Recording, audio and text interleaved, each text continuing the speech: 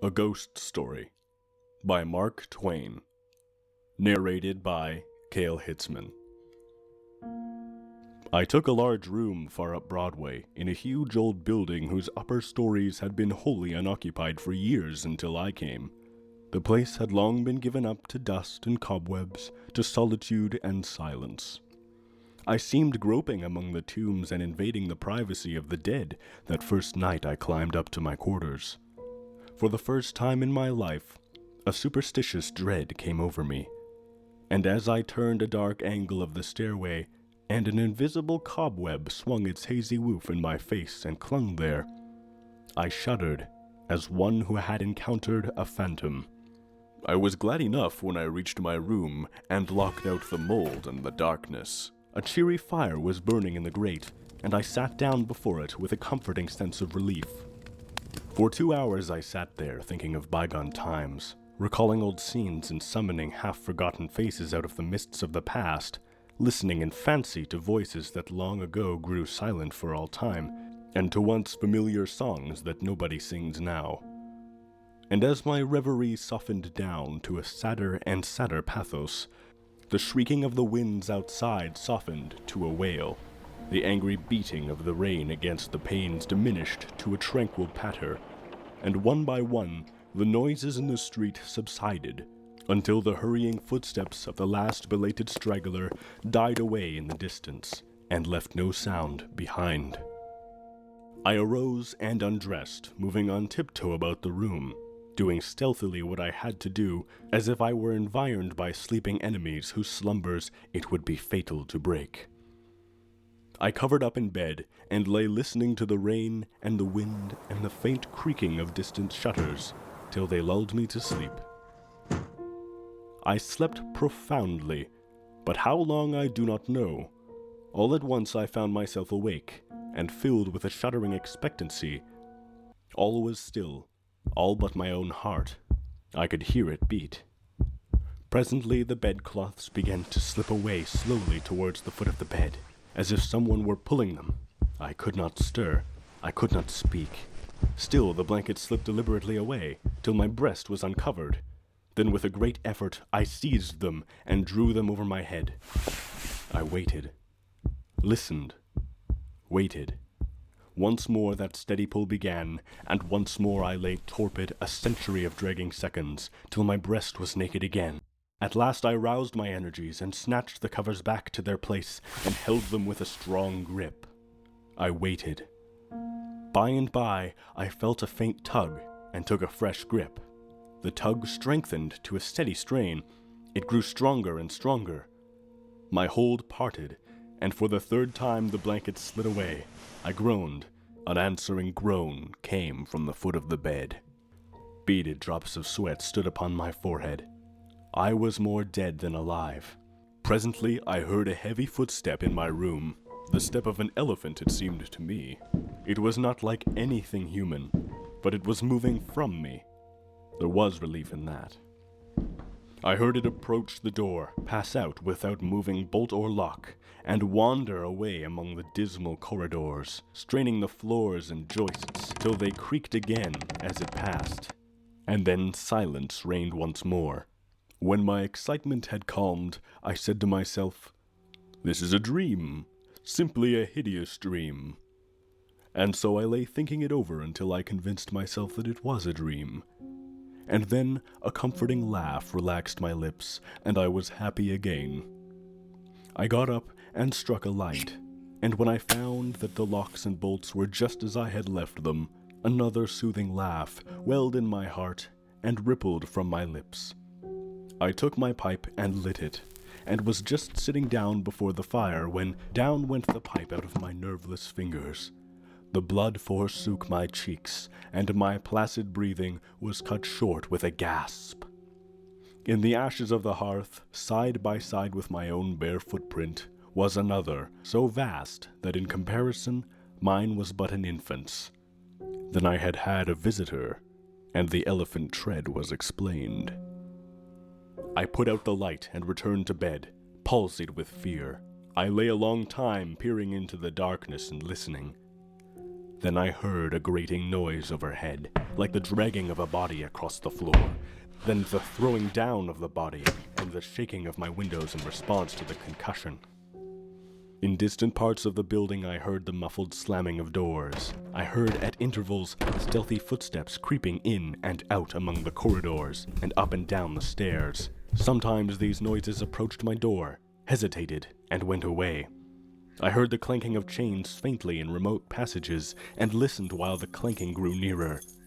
While it wearily climbed the stairway, marking each move by the loose surplus of chains that fell with an accented rattle upon each succeeding step as the goblin that bore it advanced.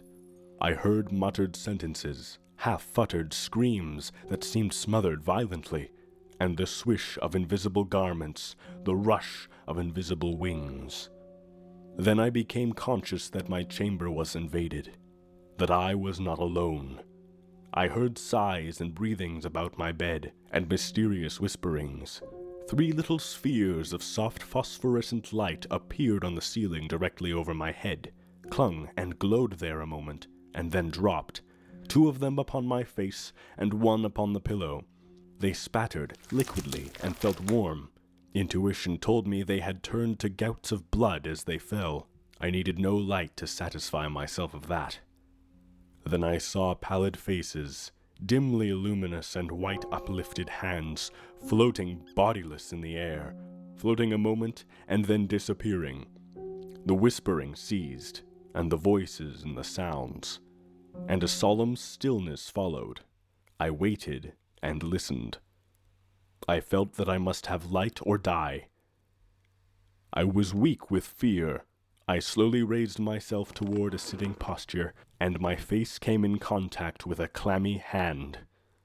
All strength went from me apparently, and I fell back like a stricken invalid. Then I heard the rustle of a garment. It seemed to pass to the door and go out. When everything was still once more, I crept out of bed, sick and feeble, and lit the gas with a hand that trembled as if it were aged with 100 years. The light brought some little cheer to my spirits. I sat down and fell into a dreamy contemplation of that great footprint in the ashes. By and by, its outlines began to waver and grow dim. I glanced up, and the broad gas flame was slowly wilting away. In the same moment, I heard that elephantine tread again. I noted its approach, nearer and nearer along the musty halls, and dimmer the light waned. The tread reached my very door and paused. The light had dwindled to a sickly blue, and all things about me lay in a spectral twilight. The door did not open, and yet I felt a faint gust of air fan my cheek, and presently was conscious of a huge, cloudy presence before me. I watched it with fascinated eyes. A pale glow stole over the thing. Gradually its cloudy folds took shape. An arm appeared, then legs, then a body, and last a great sad face looked out of the vapor. Stripped of its filmy housings, naked, muscular, and comely, the majestic Cardiff giant loomed above me. All misery vanished, for a child might know that no harm could come with that benignant countenance. My cheerful spirits returned at once, and in sympathy with them, the gas flamed up brightly again. Never a lonely outcast was so glad to welcome company as I was to greet the friendly giant. I said, "Why, is it nobody but you? Do you know I have been scared to death for the last 2 or 3 hours? I am most honestly glad to see you. I wish I had a chair. Here, don't try to sit down in that thing." But it was too late. He was in it before I could stop him, and down he went. I never saw a chair shivered so in my life. Stop, you'll ruin everything." Too late again. There was another crash, and another chair was resolved into its original elements. "Confound it! Haven't you got any judgment at all? Do you want to ruin all the furniture in this place? Here, you petrified fool." But it was no use. Before I could arrest him, he had sat down on the bed, and it was a melancholy ruin. "Now, what sort of way is that to do? First you come lumbering about the place, bringing a legion of vagabond goblins along with you to worry me to death, and then I overlook an indelicacy of costume which would not be tolerated anywhere by cultivated people except in a respectable theater, and not even there if the nudity were of your sex. You repay me by wrecking all of the furniture you can find to sit down on. And why will you? You damage yourself as much as you do me. You have broken off the end of your spinal column and littered up the floor with chips of your hams till the place looks like a marble yard. You ought to be ashamed of yourself. You are big enough to know better.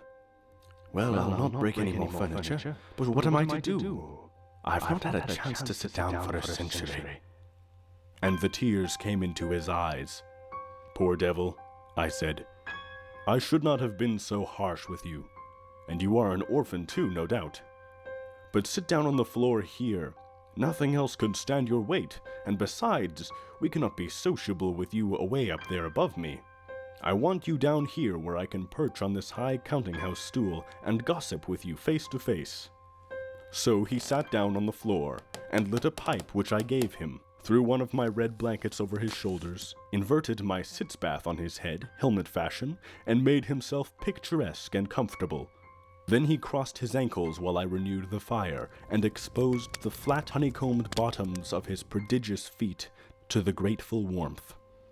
What is the matter with the bottom of your feet, and the back of your legs, that they are gouged up so?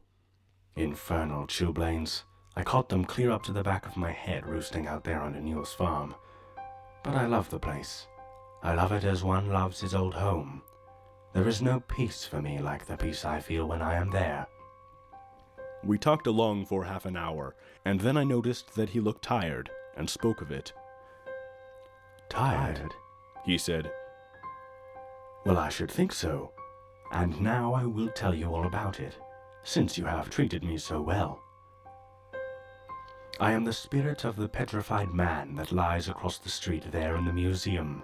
I am the ghost of the Cardiff giant. I can have no rest, no peace, till they have given that poor body burial again. Now, what was the most natural thing for me to do to make men satisfy this wish?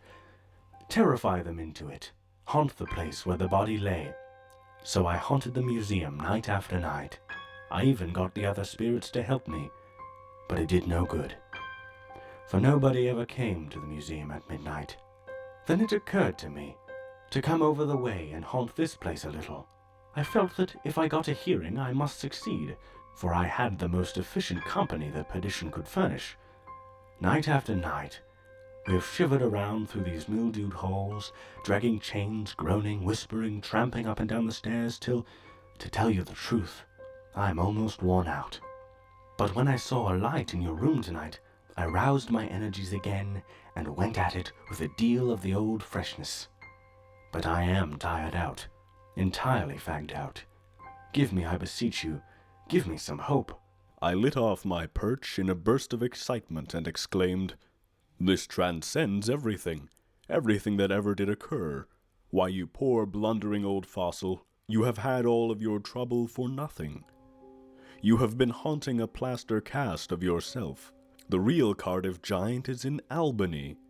A fact, the original was ingeniously and fraudulently duplicated and exhibited in New York as the old genuine Cardiff giant, to the unspeakable disgust of the owners of the real Colossus, at the very same time that the real giant was drawing crowds at the museum in Albany.